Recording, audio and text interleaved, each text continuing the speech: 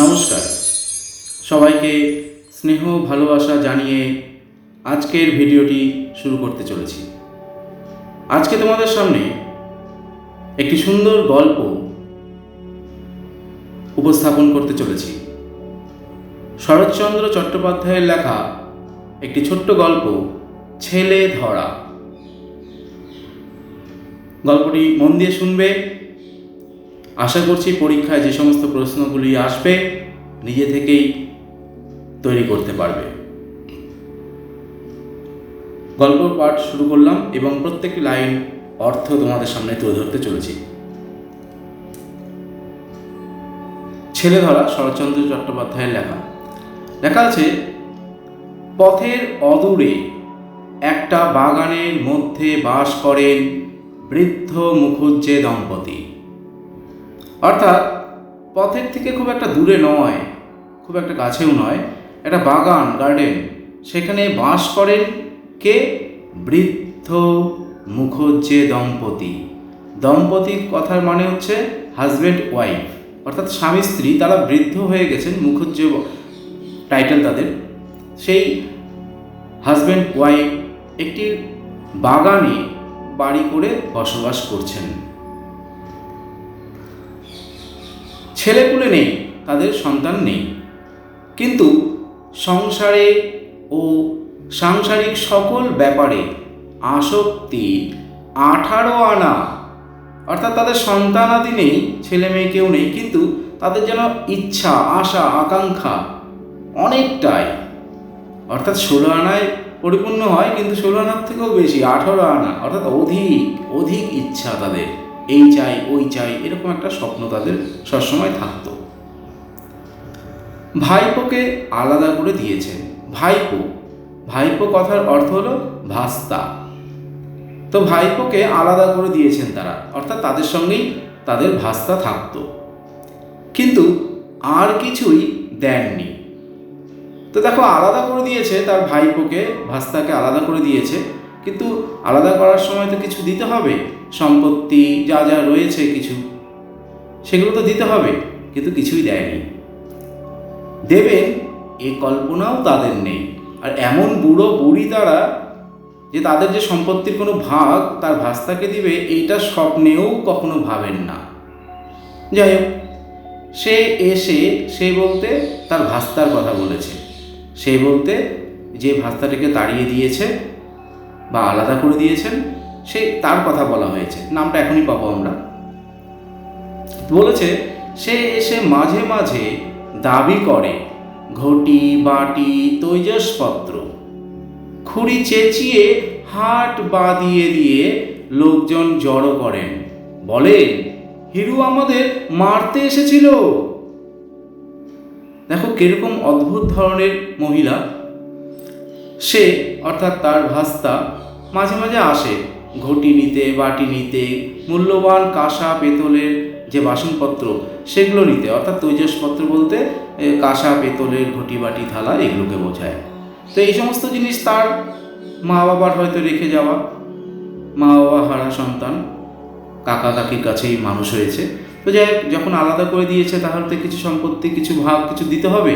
তো যে এই সময় যখন ঘটি, বাটি এগুলো যখন চাইতে আসতো, খুড়ি অর্থাৎ তার কাকিমণি, সেই বুড়ি কাকিমা চেঁচিয়ে হাট লাগিয়ে দিত, মানে হাট বাঁধিয়ে দিত বলতে চেঁচিয়ে পাড়ার লোকজনকে একত্রিত করে নিত।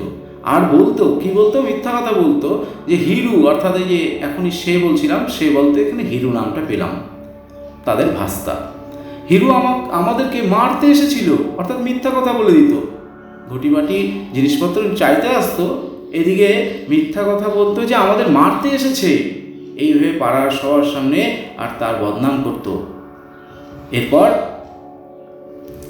হিরু বলে, অর্থাৎ সেই সময় হিরু বলে ওঠে, কি বলে, সেই ভালো, মেরেই একদিন সমস্ত আদায় করব।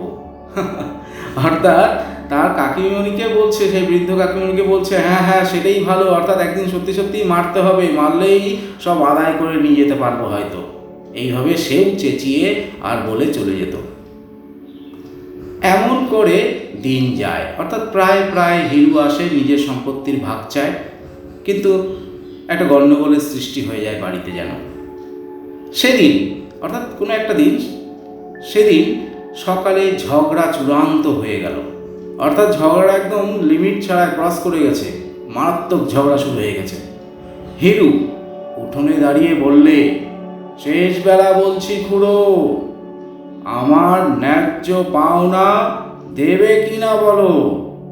অর্থাৎ সে তার কাকাকে উদ্দেশ্য করে বলছে, যে খুড়ো, খুড়ো মানে সেই বুড়ো কাকাকে বলছে। হিরু বলছে উঠোনে দাঁড়িয়ে যে শেষ বেলা বলছি, মানে আমি শেষ তোমাদের ওয়ার্নিং দিচ্ছে, এরকম ব্যাপার, যে আমি শেষবার তোমাদের জানাচ্ছি আমার যে ন্যায্য পাওনা, আমার যা যা রয়েছে সেইগুলো তোমরা দিবে কিনা বলো। এইভাবে জোর গলায় আর বলছে হিরু তার কাকাকে।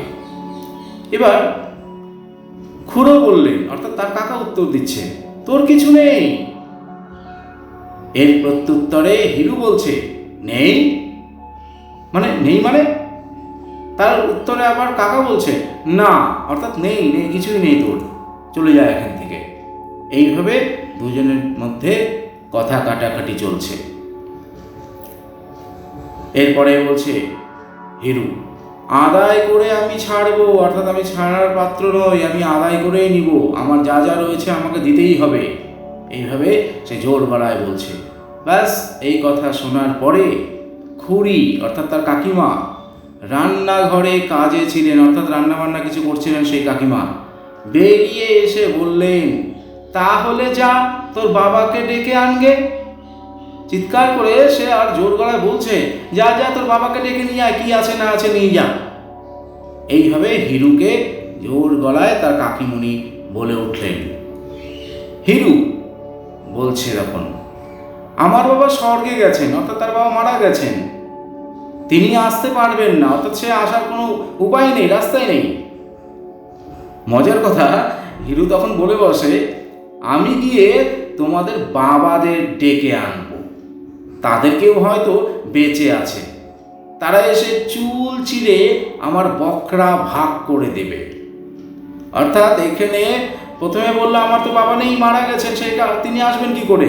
যাই তোমাদের যদি কেউ বাবা টাবা কেউ বেঁচে থাকে তাহলে তাদেরকে ডেকে আনবো, আর তাদেরকে ডেকে আনার পরে তাদেরকে বুঝিয়ে বলবো, আর তারপরে আমার বকরা, আমার যে সম্পত্তি ভাগ রয়েছে সেগুলো আমাকে সব আদায় করে দিবে তোমাদের কাছ থেকে, দাঁড়াও। এইভাবে সে তার কাকিমুনির সঙ্গে জোর মুখে কথাগুলি বলল। আর যাবার আগে হিরু বলে গেল, আজই এর একটা হেস্ত নেস্ত করে তবে ছাড়বো, সাবধান। অর্থাৎ সেই বুড়ি কাকিমাকে রেগে বলে গেল, দাঁড়াও, আজকেই কোনো একটা রাস্তা আমি বের করছি, হেস্ত নেস্ত করে ছাড়বো, আজকে আমি সমাপ্ত করবো বিষয়টাকে, সাবধান হয়ে থাকো তোমরা।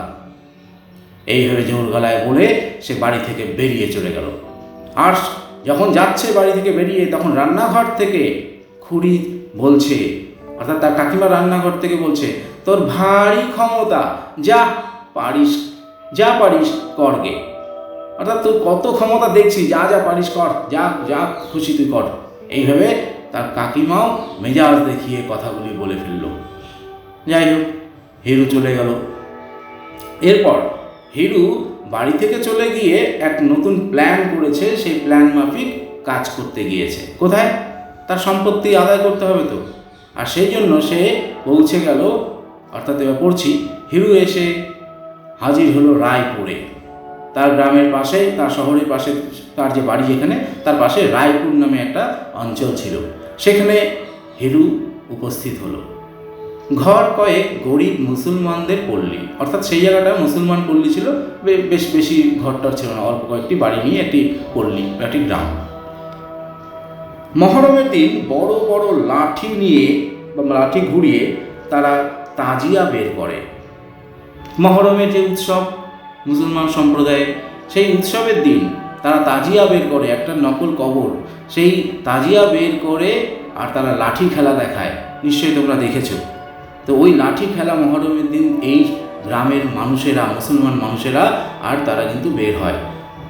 লাঠি তেলে মাখানো, গাঁটে গাঁটে পেতল বাঁধা। এ থেকে অনেকের ধারণা তাদের মতো লাঠি খেলোয়াড় এ অঞ্চলে মেলে না। অর্থাৎ মানুষের ধারণা, সেখানকার মানুষের ধারণা যে এইখানকার মানুষরা বেশ লাঠিকে যত্ন সহকারে তেল টেল মাখিয়ে গাঁটের মধ্যে, গাঁট বলতে বুঝতে পারলে একটা যে বাঁশের যে লাঠি হলো, এই যে একটা লাঠি ধরে নাও, এর মধ্যে দেখবো এখানে একটা গাঁটটা মতন থাকে, এটাকে গাঁট বলে, ঠিক আছে। তো এই গাঁটে কি আছে, পেতল বাঁধানো আছে, এইগুলো অংশে পেতল দিয়ে বাঁধাই করা আছে সুন্দর করে এই লাঠিগুলো। তো যাই হোক, তো এখানে বলেছে এই অঞ্চলের মানুষেরা সেই লাঠির মধ্যে তেল মাখায়, গাঁটে পেতল বাঁধিয়ে রাখে, আর এখানকার মানুষেরা লাঠি খেলায় পারদর্শী। আর অনেকেই ভাবে যে নিশ্চয়ই এইরকম আর খেলোয়াড় আর এই অঞ্চলে আর কোথাও পাওয়া যাবে না, অর্থাৎ এই আশেপাশে কোথাও নেই এদের মতন এক্সপার্ট। তারা পারে না এমন কাজ নেই, মানে লাঠি খেলার দেখানোর মাধ্যমে বা লাঠির দ্বারা তারা কিছু পারে না সেটা হতে পারে না, এরা সবই পারে। শুধু পারে না কী কারণে, বলছে শুধু পুলিশের ভয়েই শান্ত হয়ে থাকে। অর্থাৎ ওরা শান্ত হয়ে থাকে একটা কারণেই, কারণ আইন আছে তো, তাই লাঠি দিয়ে তারা সব কিছু করতে পারে না, ওই খেলাটাই দেখাতে পারে, ঠিক আছে। পরের বেলায় বলেছে, অর্থাৎ কোথায় হিরু হাজির হয়েছে, রায়পুরে সেই মুসলমান পল্লীতে। উদ্দেশ্য আছে একটা, আমরা এখনই জানব। হিরু বললে, বড় মিয়া এই নাও 2 টাকা আগাম। অর্থাৎ ওখানে একটা মুসলমান কোনো একজন মানুষ যাকে বড় মিয়া উদ্দেশ্য করে সম্বোধন করে বলছে, বড় মিয়া অগ্রিম অ্যাডভান্স 2 টাকা তোমাকে দিচ্ছি, এই নাও ধরো। তোমার আর তোমার ভাইয়ের, অর্থাৎ দুইজনকে কোনো একটা কাজের উদ্দেশ্যে তিনি এসেছেন, হিরু এসেছেন, যে কোনো একটা কাজ করাতে হবে, তার জন্য অ্যাডভান্স 2 টাকা দিচ্ছে। আর বলছে কাজ উদ্ধার করে দাও, আরও বকশিস পাবে। অর্থাৎ এইটুকুনি নয়, এইটাও অ্যাডভান্স দিচ্ছি, এরপরে তোমাকে কাজ পূরণের পরে তোমাকে আরও টাকা দেব। টাকা দুটি হাতে নিয়ে লতিফ মিয়া হেসে বললে, কি কাজ বাবু?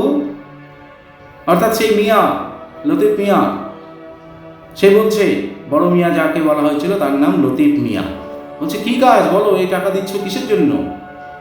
হিরু তখন বলছে, হিরু বললে, বড় মিয়া এই কাজটা করতে হবে তোমায়, আমার খুড়ো তবু যা হোক 2 ভাগের ভাগ দিতে চায়, কিন্তু খুড়ি বেটি এমন শয়তান যে একটা চুমকি ঘটিতে পর্যন্ত হাত দিতে দেয় না।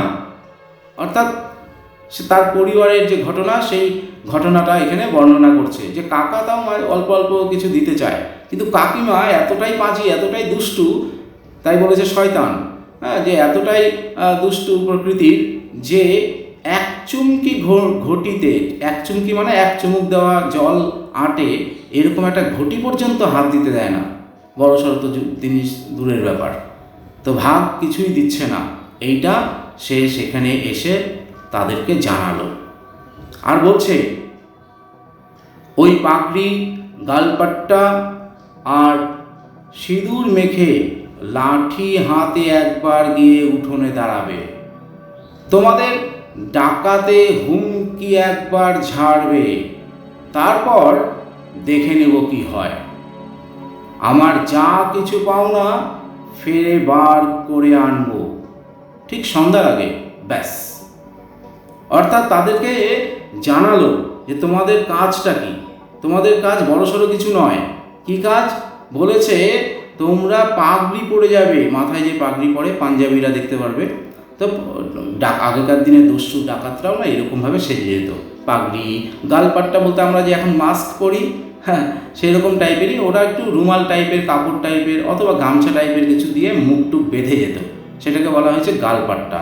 অর্থাৎ এইগুলো পরে যেতে হবে। আর কি করতে হবে বলছে, সিঁদুর মেখে যেতে হবে, মুখে বা কপালে সিঁদুর টিঁদুর লাগিয়ে, আর লাঠি নিয়ে উঠানে গিয়ে দাঁড়াতে হবে, আর ডাকাতের মতন হুমকি দিবে, অর্থাৎ গর্জন করবে, জোর গলায় কিছু একটা বলবে, তারপরে আর আমি যা আমার নেওয়ার সেগুলো আমি নিয়ে নেবো।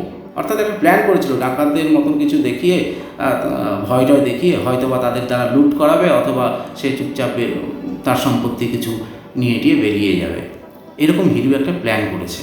আর যার কারণে এদেরকে অ্যাডভান্স 2 টাকা দিয়েছে এবং বলেছে ঠিক সন্ধ্যার আগে আগে এই কাজটা করতে হবে, তাহলেই আমি আমার সম্পত্তি সব নিয়ে নিতে পারবো, আমার যা যা রয়েছে। এই প্ল্যান মাফিক তাদের সঙ্গে কথাবার্তা হলো। হিরু তাদেরকে বলল।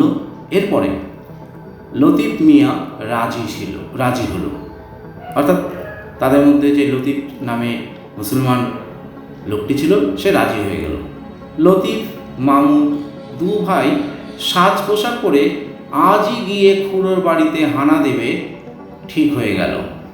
অর্থাৎ তাদের প্ল্যান মাফিক কাজ করবে সেটা রাজি হয়ে গেল, আর পিছনে থাকবে হিরু। তাহলে কথাবার্তা ফাইনাল হয়ে গেল। আর তাহলে ওই দুই ভাইয়ের নাম মনে রাখতে হবে তোমাদের, একটা হচ্ছে লতিফ মিয়া আর একটা হচ্ছে ছোটো ভাই মামুদ, লতিফ মামুদ, ঠিক আছে। তো এরা দুই ভাই আগে বলা যে এই যে সাজগোজগুলা যেগুলো পরে যেতে বলেছে সেগুলা পোশাক টোশাক পরেই তারা আজকেই সেই বুড়ো বুড়ির বাড়িতে হাজির হবে, প্ল্যান মাফিক কাজ করবে, আর পিছনে দাঁড়িয়ে থাকবে হিরু। যাই হোক, এইভাবে প্ল্যান হয়ে গেল। এবার দেখি আমাদের প্ল্যানটা সাকসেস হয় কি না। এরপরে সেদিন ছিল একাদশী। আমরা একাদশী, দ্বাদশী এরকম আমরা পেয়ে থাকি। একাদশীর দিন অনেকে নিরামিষ খায়, নিয়ম মেনে চলে। তো যাই হোক, সেদিন একাদশী ছিল। সারাদিনের পর দাওয়ায় মানে বারান্দায় ঠাই করে দিয়েছেন জগদম্বা। জগদম্বা ওই যে খুড়িমা, কাকিমার নাম, ঠিক আছে। তো জগদম্বা সারাদিন পর খাওয়া দাওয়া নিতেও অনেকক্ষণ, আর দেখবে যেদিন উপোস থাকা হয়, নিরামিষ খাওয়া হয়, সেদিন খাওয়া দাওয়ার হিডিক লেগে যায়, বিভিন্ন রকমের খাওয়া দাওয়া। তো এখানেও সারাদিনের পর জগদম্বা অর্থাৎ সেই খুড়িমা বা কাকিমা বিভিন্ন খাওয়া দাওয়া আর বারান্দার মধ্যে প্রেজেন্ট করেছেন। এরপর মুখুজ্জে মশাই অর্থাৎ সেই খুড়ো বা কাকা এসেছেন জলযোগে, অর্থাৎ কিছু আহার করবে। সামান্য ফল মূল ও দুধ, সেখানে সেই জলযোগের সময় দিয়েছিল কিছু ফল আর দুধ। তারপরে বেতধার, একাদশীতে অন্নাহার সহ্য হয় না, যেহেতু তার একটা নিয়ম আছে একাদশীতে যে ভাতটা চালের যাবতীয় জিনিস খেতে হয় না, আর সহ্য হয় না বলতে পেটে সেটা মানেও না, পেটও মানে না। তো যাই হোক, সেদিন ফল মূল, লুচি, পায়েস এই সমস্ত ইত্যাদি খেয়ে টেয়ে তাদেরকে দিন পার করতে হয়। পাথরের বাটিতে ডাবের জলটুকু মুখে তুলেছেন, অর্থাৎ সেই সময়টা জাস্ট কি করেছে, ডাবের জল খাচ্ছিল পাথরের বাটির মধ্যে। কে? সেই মুখুজ্জে মশাই বা কাকা। এমন সময় দরজা ঠেলে ঢুকলো দু ভাই লতিফ আর মামুদ। তাদের পূর্ব পরিকল্পিত প্ল্যান অনুযায়ী তারা কী করলো, সেখানে এসে উপস্থিত হলো মামুদ এবং লতিফ। তাদের বেশভূষাটা কীরকম এই লাইনে বলে দিয়েছে, অর্থাৎ তাদের সাজগোজটা ইয়া পাগড়ি, ইয়া বলতে বিশাল বড় পাগড়ি, ইয়া গালপাট্টা, ভয়ঙ্কর ধরনের একটা গালপাট্টা পড়ে আছে। হাতে 6 হাতি লাঠি, মানে 6 হাত লম্বা প্রায় এরকম একটা লাঠি তাদের হাতে ছিল। কপাল জোড়া সিঁদুর মাখানো, আর কপালে সিঁদুর, লাল সিঁদুর টকটক করছে। মুখুজ্জের হাত থেকে পাথরের বাটি দুম করে পড়ে গেল। স্বাভাবিক কথা, এরকম হঠাৎ করে যদি সন্ধ্যাকালীন সময় যদি কেউ এসে হাজির হয়, ভয় তো পাওয়ারই ব্যাপার। তো এখানে মুখুজ্জে সেই বুড়ো কাকা ভয় পেয়ে গেল। আর ওদিক থেকে জগদম্বা চিৎকার করে উঠলেন, অর্থাৎ তার কাকিমা, হিরুর কাকিমা চিৎকার করে উঠলেন। আর কি বললেন, ও গো পাড়ার লোক, কে কোথায় আছো, এসো গো, ছেলে ধরা ঢুকেছে। আর চিৎকার করে এই কথাগুলো বলছে। এসেছিল ডাকাতি করার প্ল্যানে, আর তাদের নাম হয়ে গেলো কিসে, ছেলে ধরা ঢুকেছে, কিন্তু তারা আদৌ ছেলে ধরা না, আমরা জানি, তাই না।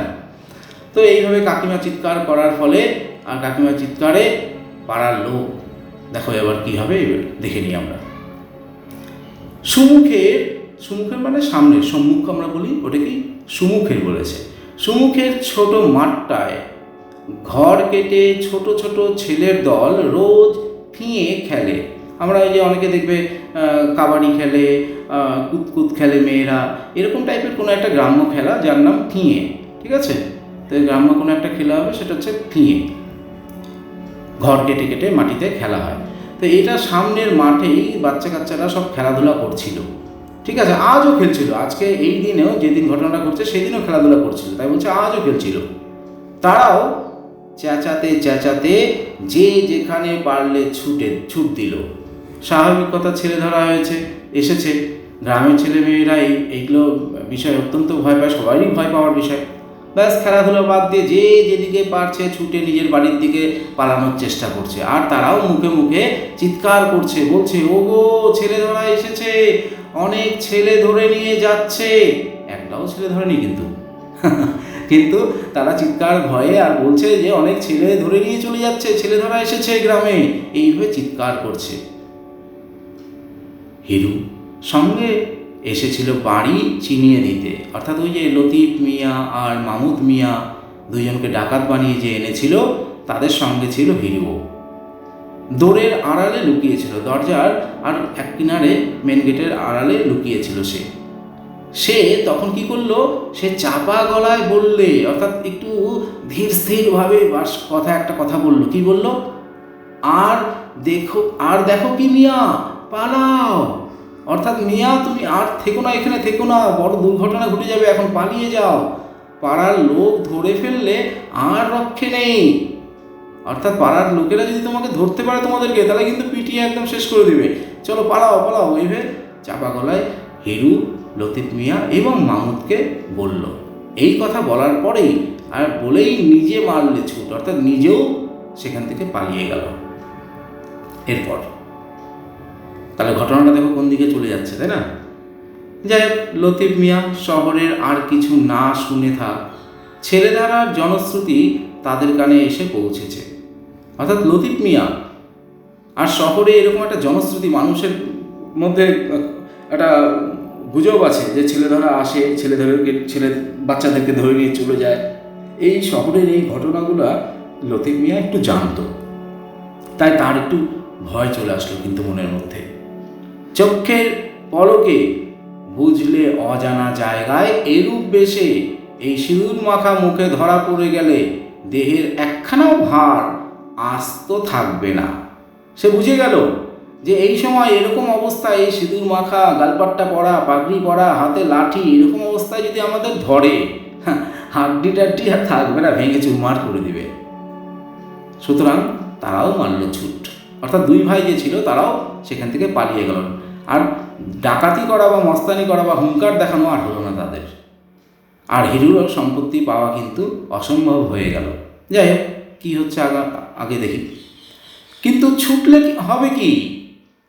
পথ অচেনা, আলো এসেছে কমে, চতুর্দিক থেকে কেবল বহু কণ্ঠের সমবেত চিৎকার। চিৎকারে কি আওয়াজ শোনা যাচ্ছে? ধরে ফেল, ধরে ফেল। অর্থাৎ পাড়ার লোকে একত্রিত হয়ে গেছে সেই ছেলে ধরাকে ধরার উদ্দেশ্যে। আর এদিকে ওরা পালানোর চেষ্টা করছে।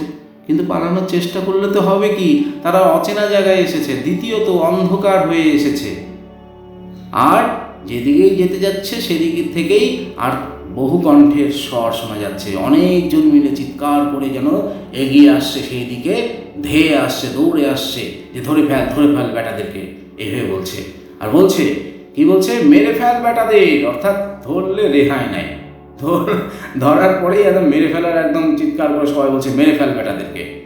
ব্যাস, এদিকে ছোট ভাই মামুদ কোথায় পালালো ঠিকানা নেই। মানে ভাই, ছোট ভাই, তারা তো লতিফ মিয়া বড় ভাই, আর ছোট ভাই হচ্ছে মামুদ, দুজনই পালানোর চেষ্টা করলো, পালিয়ে যাওয়ার। আর পালাতে পালাতে মামুদ যে কোন দিকে পালিয়ে গেল, তার যে বড়দাদা লতিফ মিয়া, সে কিন্তু আর দেখতে পেল না। কিন্তু বড় ভাই লতিফকে ওরা ঘিরে ফেললো, অর্থাৎ ওরা পাড়ার লোকেরা সবাই ঘিরে ফেললো লতিফকে। সে প্রাণের দায়ে কাটা বন ভেঙে লাফিয়ে পড়লো একটা ডোবায়, অর্থাৎ জলাশয়ের মধ্যে, যেখানে জল, কাদা এগুলো ইত্যাদি রয়েছে। আর পালাতে পালাতে পালাতে লোকজন যখন ঘিরে ফেলছে, আর কোনো রাস্তা না পেয়ে বন ভেঙে, মানে কাটা জঙ্গল এগুলো পার করে লাফ টাপ দিয়ে লাস্টে গিয়ে একটা কর্দমাক্ত, মানে জলাশয়ে গিয়ে ডোবার মধ্যে গিয়ে লাফ দিয়ে পড়ল। ব্যাস, তারপর সবাই পাড়ে দাঁড়িয়ে, পাড়ে মানে ওই ডোবার কিনারায় পাশে দাঁড়িয়ে ছুটতে লাগলো ঢিল। যে যা হাতে যেরকম সাইজের ঢিল পেল সেগুলা দিয়ে ঢিল দেওয়া শুরু করে দিল। আর যেই মাথা তোলে অমনি মাথায় পড়ে ঢিল। দেখো, ডোবার মধ্যে পড়েছে, জল আছে, মাথাটা নিচু করছে বাঁচার জন্য জলের মধ্যে। আর কতক্ষণ মাথা নিচু করে জলের মধ্যে ডোবার মধ্যে থাকবে? আর যেই মাথাটা উঁচু করে সঙ্গে সঙ্গে ঢিল মারা শুরু করে দেয়। আবার সেই লতিফ কী করে, আবার সে মারে ডুব, অর্থাৎ আবার ভয়ে সে মাথাটা নিচু করে জলের মধ্যে ডুব দেয়, আবার ওঠে, আবার মাথায় পড়ে ঢিল। মানে যতবার মাথা উঁচু করছে, জল থেকে মাথায় উপরে উঠাচ্ছে, তখনই ঢিল চলে আসতেছে। বেচারার অবস্থা খারাপ বোঝাই যাচ্ছে। এরপর লতিফ মিয়া জল খেয়ে আর ইট খেয়ে আধমরা হয়ে পড়ল। ইট তো খাওয়া যায় না, মানে ইট খেয়ে বলতে কি বোঝাচ্ছে, মাথা উঁচু করছে, জল থেকে যেই মাথা উপরে উঠাচ্ছে, বাস সঙ্গে সঙ্গে ইটের বাড়ি পড়ছে মাথার মধ্যে। তাই বলছে জলও খাচ্ছে এদিকে বেচারা, এদিকে ইটের বাড়িও খাচ্ছে। এইভাবে সে আধমরা হয়ে গেছে প্রায়। সে যতই হাত জোর করে বলতে চায় সে ছেলে ধরা নয়, ছেলে ধরতে আসেনি, ততই লোকের রাগ আর সন্দেহ বেড়ে যায়। স্বাভাবিক কথা, যখন চোর ধরা পড়ে তখন বলে আমি চোর না। এরকম এই ক্ষেত্রে তারও হয়েছে, সে ধরা পড়ে গেছে, সে বারবার বলছে আমি ছেলে ধরা নই। ততই আশেপাশে থাকা লোকগুলি যারা ঢিল মারছিল, যারা চিৎকার করছিল, তাদের রাগটা আরও বেড়ে যাচ্ছিল, আর সন্দেহটা আরোই বেড়ে যাচ্ছিল যে বেটা নিশ্চয়ই নিজেকে বাঁচানোর জন্য এরকম করছে, মার এরকম ব্যাপারটা হয়ে গেছিল। তারা বলে নইলে ওর গালপাটটা কেন, অর্থাৎ নিজেদের মধ্যে আলোচনা করছে সেই লোকগুলা যে ছেলে ধরা যদি নাই হবে তাহলে মুখের মধ্যে গালপাটটা কেন, কেন গামছা বাঁধা, আর ওর পাগড়ি কিসের জন্য, আর মাথায় পাগড়ি কী জন্য পরে আছে ওরা? হ্যাঁ, আমাদের এখানে তো এরকম পাগড়ি গালপাট্টা লোক থাকে না, তাহলে নিশ্চয়ই এরা ছেলে ধরাই হবে, এরকম চিন্তা ভাবনা তারা করছে আর ঢিল দিচ্ছে। ওর মুখময় এত সিঁদুর এলো কোথা থেকে? প্রশ্ন নিজেদের মধ্যে সব দর্শকরা বা যারা ছিল তারা প্রশ্ন করছে, মুখের মধ্যে কেন সিঁদুর? নিশ্চয়ই এগুলো পিছনে একটাই কারণ, ছেলে ধরা, নিশ্চয়ই ছেলে ধরা। সে ব্যাস পাগড়ি তার খুলে গেছে, বারবার জলের মধ্যে ডুব দিচ্ছে, পাগড়ি তো খুলবেই। গালপাটটা একধারে ঝুলছে, আর গালার এক সাইডে খুলে গেছে আর এক সাইডে ঝুলে রয়েছে গালপাটটা। আমাদের যেরকম এখন মাস্ক পরে রয়েছি, এক সাইডে গাল থেকে খুলে গেলে যেরকম ঝুলে থাকে ওরকম টাইপের তার গালপাটটা, গালে যে গামছাটা বেঁধে এসেছিল বা কাপড়টা বেঁধে এসেছিল সেটাও খুলে রয়েছে। আর কপালে সিঁদুর জলে ধুয়ে মুখময় লেগেছে। যেটুকুন কপালে অল্প একটু হয়তো টিপ পড়েছিল, তিলক পড়েছিল হয়তো বড় ছোটো, সেটা এখন জলের সঙ্গে লেগে নিজেকে বাঁচাতে গিয়ে মুখে চোখে হাত লাগছে, হয়তো গোটা মুখ একদম মুখময়, মানে সিঁদুর হয়ে গেছে গোটা মুখে। এসব কথা সেবারের লোকেদের বলেই বা কখনো শোনেই বাকে। কোন সব কথা? ওই যে বলছিল আমি ছেলে ধরা নই, আমাকে মেরো না, আমাকে এরকম যে প্রার্থনা রিকোয়েস্ট করছিল, সেই কথা কেউ বা কানে নেয়, কেউ বা শোনে? কেউ শুনছে না, সবাই তো মারতে ব্যস্ত, চিৎকার করতে ব্যস্ত, ওর কথা কেউ শুনছিলই না। যাই হোক, এতক্ষণে কতকগুলি উৎসাহী লোক জলে নেমে লতিফকে হিচড়ে টেনে তুলেছে।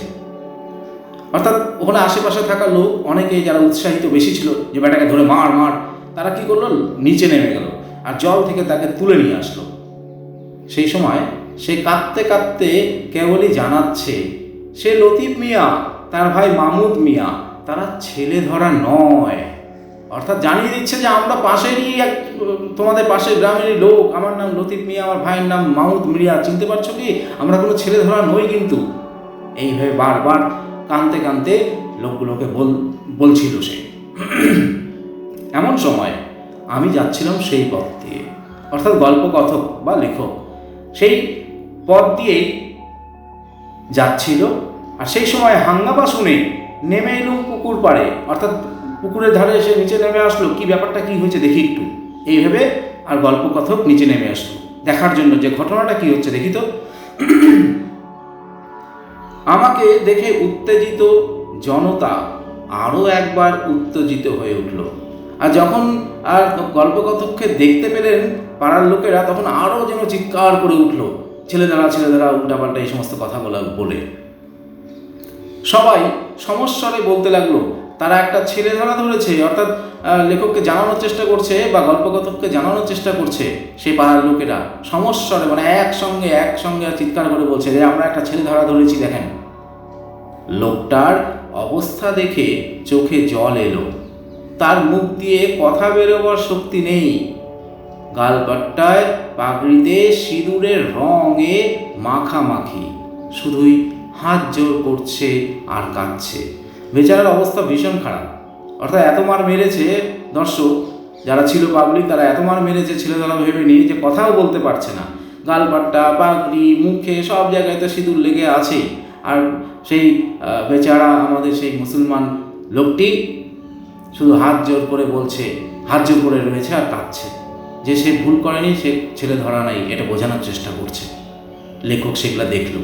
লেখক দেখার পরে জিজ্ঞাসা করলুম, বলছে জিজ্ঞাসা করলুম মানে জিজ্ঞাসা করলো তিনি, ও কার ছেলে চুরি করেছে?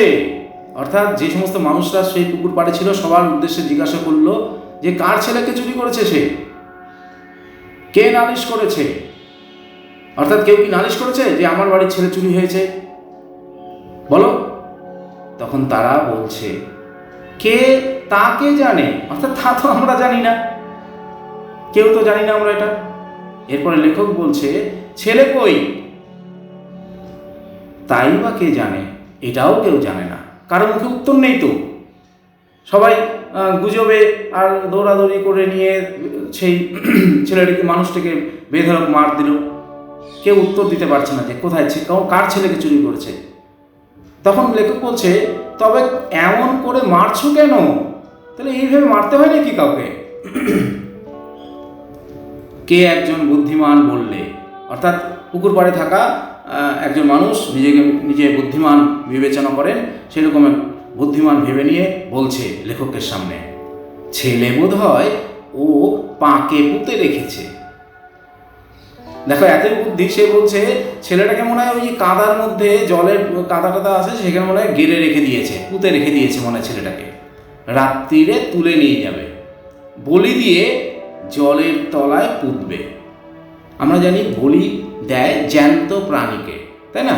জ্যান্ত পশু প্রাণী এদেরকে মানে বলি দেওয়া হয়, কোনো পুজো টুজোতে দেওয়া হয়, যদিও এটা নির্মম একটি কাজ, দেওয়া হয়, তো সেটা জ্যান্তকে দেওয়া হয়। কিন্তু তার এখানে কি বলছে যে পুঁতে রাখা হয়েছে, রাত্রে তুলে নিয়ে যাবে। তাহলে রাত্রিবেলা তুলে নিয়ে যাবে, তার মানে কতক্ষণ ধরে সে মাটির নিচে বা কাদার নিচে বা জলাশয়ের নিচে গাড়া অবস্থায় থাকবে? সে কি আর জীবিত থাকবে? তাকে কি আর বলি দেওয়া যাবে? কিন্তু মূর্খের মতন সে নিজেকে নিজে বুদ্ধিমান ভেবে নিয়ে এই কথাটি বলল লেখকের সামনে। তখন লেখক বলছে, বললুম, মরা ছেলে কখনো বলি দেওয়া যায়? লেখক তাদেরকে বলছে, সে তো মরেই যাবে সেখানে এতক্ষণ থাকলে, তাকে কি আর বলি দেওয়া যায় নাকি? তারা তখন উত্তর দিচ্ছে, মরা হবে কেন, জ্যান্ত ছেলে। পাকে তখন উত্তর দিচ্ছে লেখক, পাকে পুঁতে রাখলে ছেলে জ্যান্ত থাকে কখনো? মানে এইটুকুনো তোমাদের জ্ঞান বুদ্ধি নেই যে একটা ছেলেকে, মানুষকে, যাকেই হোক না কেন, যদি পাকের মধ্যে বা জলাশয়ের মধ্যে বা কাদার মধ্যে গেড়ে রাখা হয়, সে কি আর রাত পর্যন্ত জীবিত থাকতে পারে কখনো? যুক্তিটা তখন অনেকের কাছে সমীচীন বোধ হলো। এতক্ষণে ওখানকার থাকা কিছু মানুষের মধ্যে মনে হলো, ঠিকই তো, এ কথা তো ঠিকই বলেছে, সমীচীন, একদম তো রাইট কথা। এতক্ষণ উত্তেজনার মুখে সে কথা কেউ ভাববারই সময় পায়নি। অর্থাৎ এমন পরিস্থিতি, এত উত্তেজনা সেই সময় সেখানে, যে সেই সময় এই যে কথাটা যে পুঁতে রেখে দিয়েছে বা কার ছেলেকে চুরি করেছে, এই সমস্ত কোনো কথাবার্তাই তাদের মাথায় আসেনি। তাই জন্য এরকম একটা উত্তেজনার সৃষ্টি হয়েছিল। বেচারা একটু হিরুর সাহায্য করতে নিয়ে এসে ছেলে ধরা হয়ে মার খেয়ে মরার উপক্রম। যাই লেখক বলছে, বললুম, ছাড়ো ওকে। লোকটাকে জিজ্ঞেস করলুম, মিয়া ব্যাপারটা সত্যি কি বলো তো? অর্থাৎ তখন লেখক জিজ্ঞাসা করলো সেই মিয়াকে, মুসলমানটাকে, যে কি ব্যাপার, কি বলো তো, তুমি এরকম মার খাচ্ছ, কি ঘটনা কি ঘটেছে? এখন অভয় পেয়ে লোকটা কাঁদতে কাঁদতে সমস্ত ঘটনা বিবৃত করলে। অর্থাৎ এতক্ষণ পর অভয় পেল, মানে ভয় কেটে গেল, ভাবলো যে হ্যাঁ এবার তাহলে বাঁচতে পারি। তারপরে সে কাঁদতে কাঁদতে সমস্ত ঘটনা, হিরুর সঙ্গে যে সমস্ত প্ল্যানগুলো হয়েছিল সব খুলে বলল। মুখুজ্জে দম্পতির ওপর কারো সহানুভূতি ছিল না। অর্থাৎ মুখুজ্জে বাড়ি ওই বৃদ্ধার ওই লোকগুলোর সঙ্গে কারোর সম্পর্ক ভালো ছিল না, ঠিক আছে? কারোর কেউ সহানুভূতি করতো না, মানে ভালো কেউ বাঁচত না, একটু কর্কশ টাইপের লোক ছিল তো। কিন্তু শুনে অনেকের করুণাও হলো। যখন ঘটনাটা শুনলো, বিষয়টা শুনলো যে হিরু এরকম কারণে এরকম মানুষ দুটোকে ধরে নিয়ে এসেছে তার সম্পত্তি আদায়ের জন্য, তখন একটু মায়া হলো, হে কি ভুল কাজটাই না করলাম, এরকমভাবে তাদের একটু মায়া হলো। যাই লেখক বললুম, লতিফ বাড়ি যাও, আর কখনো এইসব কাজে এসো না। অর্থাৎ এরকম ভুল কাজ করতে আসে, কোন সময় কি দেখো কি ব্যাঘাত ঘটে গেল আজকে তোমাদের, তাই বলছি এরকম কোনোদিন কাজ করো না কিন্তু। এরপরে লতিফ অর্থাৎ সে নাক মললে, কান মললে, মানে নিজেই নাকটাকে মলল, শাস্তি দিলে যেরকম হয়, কানটাকে ধরে মলল, অর্থাৎ কান টান দিল। এরকম করার পরে আর সেই মিয়া বলছে বা মুসলমানটা বলছে, খোদার কিরে নিয়ে বললে, বাবু মশাই আর এইসব কাজে কখনো না, কিন্তু আমার ভাই গেল কোথায়? অর্থাৎ মামুদ, তারা তো দুই ভাই এসেছিল, তার মধ্যে মামুদ তো আর কোথায় পালিয়ে গেছে বা কোথায় ধরা পড়ে আবার কোথাও মারটার খাচ্ছে নাকি কে জানে। তাই চিন্তা করছে যে খোদার কিরে খেয়ে বলছে যে ভগবানের কসম খেয়ে, খোদার কিরে বলতে ভগবানের দিব্যি খেয়ে বলে, খোদা বলতে ভগবানের দিব্যি খেয়ে বলছি ভগমশাই আর এগুলো আমি কাজ করবো না, কিন্তু আমার ভাইটা যে গেল কোথায়? ভাইকে নিয়ে এবার সে চিন্তায় পড়ল। এরপর লেখক বললুম, ভাইয়ের ভাবনা বাড়ি গিয়ে ভেবো লতিফ, এখন নিজের প্রাণটা বাঁচলো এই ঢের। অর্থাৎ তুমি বাড়িতে যাও শান্ত মতন, তারপর ভাইয়ের চিন্তা করো, হতে পারে ভাই বাড়িতে পৌঁছে গেছে, নিজের প্রাণটা বেঁচেছে, এটাই অনেক, যাও বাড়ি যাও। লতিফ খোঁড়াতে কোনো মতে বাড়ি চলে গেল। অর্থাৎ এতটাই লেগেছে বেচারার যে ন্যাংরা পর্যন্ত হয়ে গেছে। যাই হোক, লাস্টে সে আর খোঁড়াতে মানে ন্যাংরাতে আর সে বাড়িতে পৌঁছে গেল। সুন্দর একটি গল্প, আশা করছি তোমাদের বুঝতে কোনো অসুবিধা হয়নি। এরপরে কোনো এক সময় কোশ্চেন উত্তর নিয়ে আসবো তোমাদের সামনে। সবাই ভালো থেকো, ভালো লাগলে সাবস্ক্রাইব করো, বন্ধুদেরকে সাবস্ক্রাইব করতে উৎসাহিত করো, লাইক করো, আর অন্য কোনো কিছু জানার থাকলে কমেন্ট বক্সে অবশ্যই জানাবে। সবাই ভালো থেকো, বাই।